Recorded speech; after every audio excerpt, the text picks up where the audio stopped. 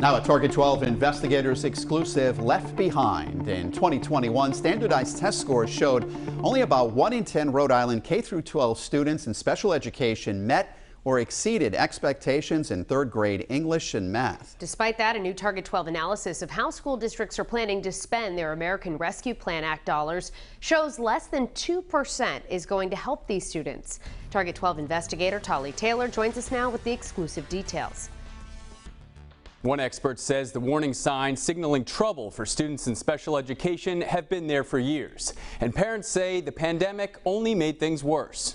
Michael Green says his son Silas spent the first 6 months of his life in a hospital because of a congenital heart defect.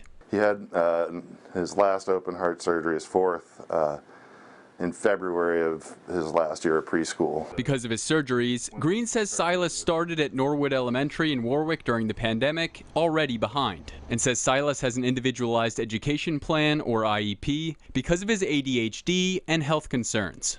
And so it's really important for him to be in school and getting, his educational services on a regular basis. Green says his son's special education teachers have been great, but to ask questions or make changes to the IEP, Green says those teachers don't have all the answers. Once you start dealing with the administration, it just gets really difficult. Green says the constant fights with the school administration for not following Silas's IEP have led to Silas falling even further behind. He fights every day to try and make that up. And 2021 RICAS scores, Rhode Island standardized tests for elementary and middle school, show Silas has company. That year, only 12% of third graders with an IEP met or exceeded expectations in English language arts. And that number was just 9% in math. And Warwick's numbers seem to be even worse than the statewide numbers. Warwick's own data shows in math, an abysmal 2% of students with IEPs met or exceeded expectations. Rhode Island Kids Count senior policy analyst Paige Clausius-Parks calls the numbers unacceptably low. The RICAS numbers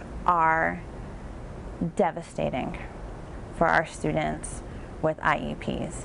Absolutely devastating. Warwick Superintendent Lynn Danbrook says the district is focused on all students improving their RICAS scores and says it's a statewide issue. She says ARPA dollars allowed the district to hire additional social workers and building aides who will work in part with students in special education. A recent Rhode Island Kids Count analysis of how K-12 public school districts across the state are spending $330 million in ARPA funding shows districts are targeting just $5.4 million to specifically help students with IEPs. That's just 1.6% of the federal dollars, despite the fact that roughly 16% of all students in the state have an IEP.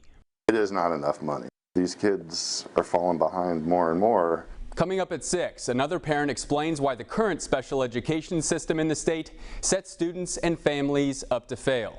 With the Target 12 investigators, I'm Tolly Taylor, 12 News. New details now at a Target 12 investigators exclusive left behind. The Rhode Island parent of 2 students in special education says the current statewide system sets families up to fail. In 2021, standardized test scores showed only about 1 in 10 Rhode Island K-12 students in special education met or exceeded expectations in third grade English and math. Target 12 investigator Tolly Taylor joins us now with the details. With testing scores in the gutter for students in special education, a recent analysis of how school districts are planning to spend their American Rescue Plan Act dollars shows less than 2% is going to help these students specifically. Rachel Marsh says her son and daughter struggle with dyslexia. As a result, the middle schoolers now have individualized education plans, IEPs. But she says the experience at South Kingstown schools has not been easy. Nobody ever offered me, hey, I know your son has X, Y, and Z. We think he should be getting these services. Nobody ever said anything like that. They never picked up the fact that she was dyslexic. Nothing. Marsh says her son had an excellent special education teacher in elementary school, but that changed when the pandemic started during his 5th grade year. They have to fail in order to get the services, so he wasn't doing bad enough at the time they did the testing. And then once they took away those supports, he just, he's struggling big time. And Marsh's children aren't the only students with IEPs who are struggling. 2021 RICAS scores, Rhode Island standardized tests for elementary and middle school, show that only 12% of third graders with an IEP that year met or exceeded expectations in English language arts. And that number was just 9% in math. Marsh says she thinks the special education system statewide is at fault. I think the system that they have currently in place is one that we're really kind of set up to fail. We're going to make sure that you're just passing, and then we're going to take it away, and good luck. For help, Marsh has turned to the ARC Rhode Island, a nonprofit advocating for the rights of people with intellectual and developmental disabilities. The ARC state director agrees with Marsh. We have to do something. Our children are failing.